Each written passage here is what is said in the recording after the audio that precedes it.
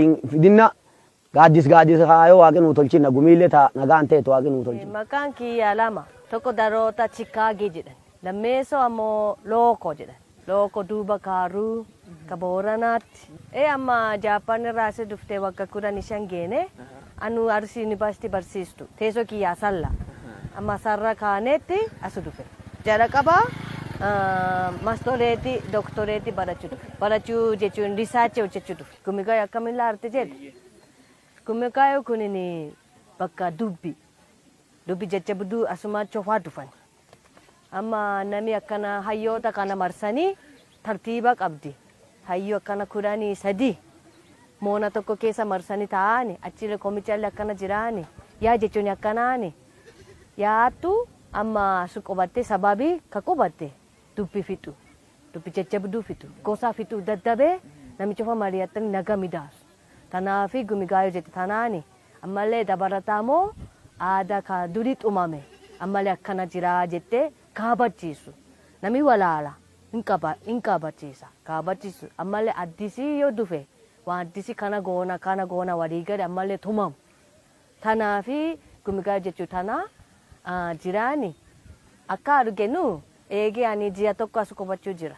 Eegi gumigaayoo dursee dhufee hayyoota cofteenoo barannee maqaafaa ujiisaafaa gosaafaa amanaayisaafaa dubbiisaafaa baranne.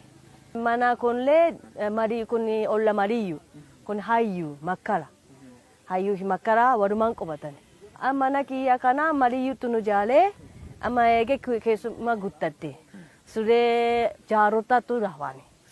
jaarotatu lafan keessuma jajjabduutu lafan. Kanaaf egeeri suree dabaa jettee asumatti dikoo naajaarii jedhee obboleettii yaalee mariyyuu naannoo kana jira warraalee waamnee niti ka hayyuu dhaqii illee na gargaalee kuno ka mataalii illee kuno olla kunillee na gargaalee kuno jaalee taa'ee dukkana keessa dhufee amma waan hojii gadooma keessa jiru waan hedduu baranne arge waan yakka akka fituullee arge akka naga midaasullee arge. Akkasitti taane waan gumigaayoo amma asii dhufte argettaana. Gaa'ee kana amma kun wagga 8 gizee tokko godha. Eegi gadaa fudhatte wagga 4 as dhufte kun jiraa miti dubbi fixu. Amma reefu dubbannee amma gaafa yoo wagga 8 fituu dadhabe wagga 20 fituu dadhabe wagga fagoo fituu dadhabe. Gosa tokko bicha fituu dadhabe. Coftinu asuma dhufanii gosa cofa mari'atan yaatti geessanii achumaatti fixuufi gumigaayoo jedhe hiika qaba. Dubbi fitu dubbi naga midaasu gada tokko keessa gada tokko gosti 8 coftinu dubbi uumaa qaba gosa tokko fituu hin danda'u. Yoo akkas taate asuma dhufee ammallee aadaa jechuun kana. Kanaafi kana murte kana buufattu tana fudhattu of jibbaatu jedhe fudhachiisu. Nami qajeelaan qabne yoo akkana kanaatu aadaa jedhe itti mitellee daddaba. Macharasha dhuftee buufattu tana fudhattu yookaan booranaa miti jedhan. Yoo nami booranaa miti jedhan akkuma sodaata. Kopsuma kana booranaani malaalee bishaanlee hin loowwata. Kana sodaatanii booran coftuun asumatti fixanii gitti fixanii sira durii nami qajeera taate durse fixa nami qajeera hin taane amanuu dadhabe amansiisuu dadhabe nami akkasittu macharashaa dhuftee fixan. Gaa'ee kana sodaachuu nami hin sodaanne hin rufeessu aadaa hin kabaju warra akkasittu amansiisan. Amma demokiraasii jechuun afaanuma. Afaan hiika kunin namicha ofaa nami mara walii galu. Akka walii galu sisteema tooftaa adda addaatu jira. Gadaalee kara tokko. Kaanoo ka mootummaa ka filannoolee kara tokko. Akkasiin ka walii galu kamii jechuudha. Akka walii galuutti sisteema midaasa turteeni. Amma Boorana keessa Oromoo keessa gadaa jedhanii jira sundee walii galu. Akka gumii nami aangoo qabu bichaattu humna guriyate nyaa'u gumittu waan warra hojjechuu jiru caqaftee yoo rakkoo jiraatti ati rakkoo qabdaa jedhee mormu. Warra hayyootallee waan gumii fedhi gumii caqasu. Lachuunoo jiraatte demokiraasii ta'uu hin danda'a. Kunini addunyaa cufaa warkitte. Yoo madda addeellee mootummaa fi gumii jechuun uummata jechuudha. Mootummaa fi gumii yookaan hayyootaa fi gumii lachuu wal gargaaru qaba. Amma hayyootallee gumii sodaachuu qaba. Kabajamuu qaba. Gumiilee hayyoota kabajamuu qaba. Murteessaa. Lachuunoo jiraatte demokiraasii ta'aa jechuudha. Sun gadaa otoo hin taa'in addunyaa muru akkasuma. Siistemicha kan walii garuu kamii jechuudha.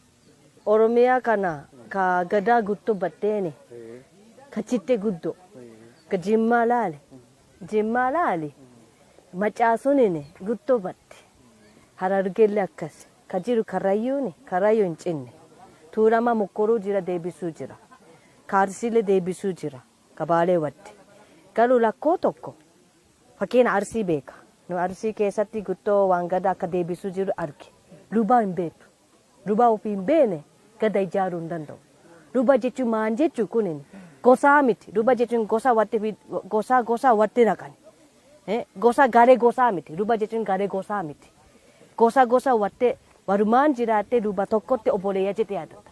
Atiin gosa dibi, kunillee gosa dibi, nullee gosa dibi. Sida gargara ta'a. Garuu luba tokko taate obboleessaa jettee yaadatta. Akka luba kun abbaa fi akaakoolee hin jira. Abbaa fi ilmeelee hin jira. Tunillee yaadatta. Waan kanattu hubannoon qabdu. Luba jechuun akkumalee badde akkumalee hiika kun gosatti itti jabaatee luba lalaafa ta'aa jira. Amma yoo rikoomendii Oromoo keessatti siistemicha duri booranaalee boorana naannootti siistemicha gargara qaba. Kan wali fakkaatee jira. Orijinaarii isa maanii jedhee sirriitti hordofuu qaba. Kan wali ka boorana keessallee boorana jiraani arsii keessallee ka durii ka bakka jiru hin jira. Hin cinneellee hin jira. Bakka dodoraa kokkosaa naannoo koforee lixaa keessa hin cinne. Achuma keessatti ani orijinaala gadaa kaarsii keessa akkamiin toree jedhee barachuu jira. Achirra fidee barsiisuu qaba. Sirriitti baratee achirra walii garuu qaba. Arsiilee kun godina sadii jira. Miiliyoon 7 jirti. Guddoo jirti. Akka walii garuu luba jechuun maan jechuu gada jechuun maan jechuu waan kanas jala qaba walii gartee mukkuru.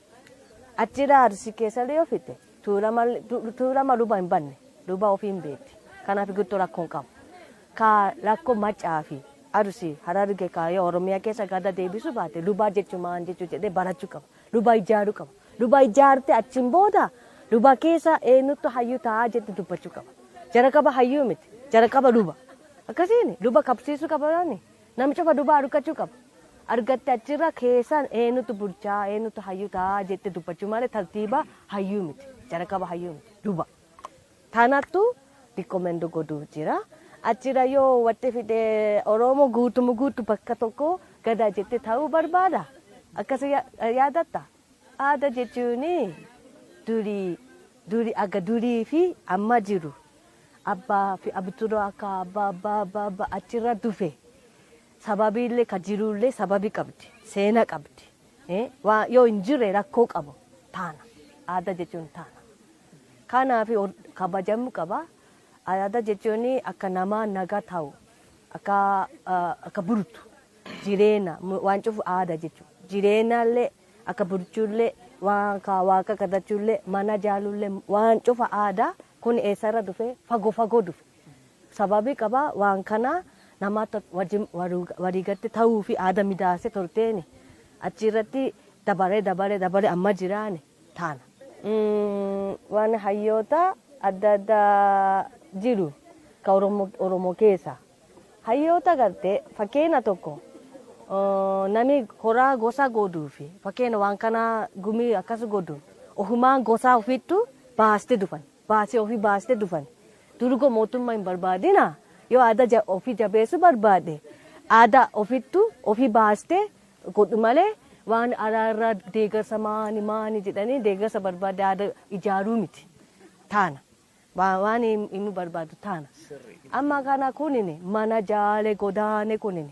Coof martino ofii baasee gosaallee gargaalee gosaarrallee olii guulee hojjechaa jira. Waan nyaatallee waan qopsumallee warra tolchaa warrallee baasaa gosaallee baasan ofii baasan durgoo ka tokkollee hin jirtu sira erdaata dansa ka mootummaarraa waan midhaanii akkuma dansa ammallee waan hedduu fayyadamu asumatti fayyadamu ka dhufu dansa garuu kana bichatti hin ta'u waraattu gootee hojjechaa jira kuni warra hin eegatu ofuma baasan warra achitti jechuu jiru ofuma baasii yoo gadaa ofii aadaa ofii jabeessu barbaadde ofii baasii ofii godattu yachiin booda deeggarsa illee dhufaa jalqaba deeggarsa hin eeggatinaa ta'an gumigaayoo duratti sadi jira kaafas dhiiban jaldeessaa keessa dhufe guyyaa gobbaallee hin dhufne lamaan hin dhufne tokko faane nulee arraa addisi dhufeeni amma jijjiirame akka durii fi amma akkamiin jiru nuun deebisuu hin danda'u arra dhufeeni kanaafi garuu waan jijjiirame fakkeenya Boorana keessatti mana guttu jijjiirateeni mana durii mana kana qaba dhiibuu qaba kun waggaa 15 durii mana kana qaba kana durii Boorana guutuu kana qaba chofteenu kana qaba amma waggaa 15 geete kana battee mana biyyee guutuu yoo mana keessa yoo ibidda bobeessan aara kana yaatee mimiyaan dhufa taanaa jammarte sababi kana bakka jijjiiru dhiise Boorana godaanuu dhiise duri akkana godaana tolteen godaana dhiise lafti kun jireenya dhaabata jammarte karoo jedhaa aroo jedhaa obur jedhanii chochoosuu dadhabe dangaalee akkana jira akkana dangaalee dibbatte deemuu hin jirtu kanaaf manaayyuu jijjiiratee siraanu kana jaalannaani kun feenaani mana buyyoo kan dansan tana kan dansa garama mana guutuu ta'u kun jijjiirame tokko waan hedduu keessa jira jechuu kiyya garuu gumigaayoo keessa jijjiirame guttoo an kanaatu jalqaba argeeni kanaafi katuu hin beeku amma barachuu jira aadaa piyuwa jechuun hin jiran amma abbaa fi ilmi akkas deemuu jiru jijjiiramellee kee jira gartee andurallee kee jira waan jajjabduu hin jijjiiranne hin jira ka jijjiirullee hin jira lachuunoo hin jira amma ka keeroo kun ka dargaggoo kun guttoo tamaarii deemaniini katamaa deemaniini aadaan baadiyyaani baadiyyaa keessa yoo hin taane aadaa kana barachuu hin danda'u yoo hin tiisine aadaa Booranaa barachuu hin danda'u gooroo hin marmaalle aadaa Booranaa barachuu hin danda'u keeroo kunini amma irraatisa xiqqoo yaaddu qaba amma timirti mana barnootaallee karaa tokko kanillee kabajamuu qaba garuu baadiyyaalee mana barnoota jira waan hedduu barachuu taana nullee guutuu baranneeni yuunivarsiitii fitee maastoreetii doktoreetii baadiyyaa taa'ee mana barnootaan baadiyyaa asumaan guutuu barannee waan hedduu nama jechuun maan jechuun jireenya ta'uu jechuun maan jechuun soosaayitii jechuun maan jechuun waan kana baranne kanaaf isaanii asumaa teetee baadiyyaa keessa jiru waan hedduu hiika qabdi hiikiisa beekuu qabda mana barnootaallee gamas kana mana barnoota lachuun walqitte laarte gadi hin buusini aadaa jette ka baadiyyaa jette gadi hin buusini ka baadiyyaa jirullee mana barnoota jajjaba tassa ka mana barnoota ka kun mootummaa ka dhufu sunini education kun kan ani barate sunini waggaa 200 akkasiini ka aadaa kun waggaa hedduu tanaa olii jira fagoo dhufte ammallee jirti hiika qabdi hiika sunillee akka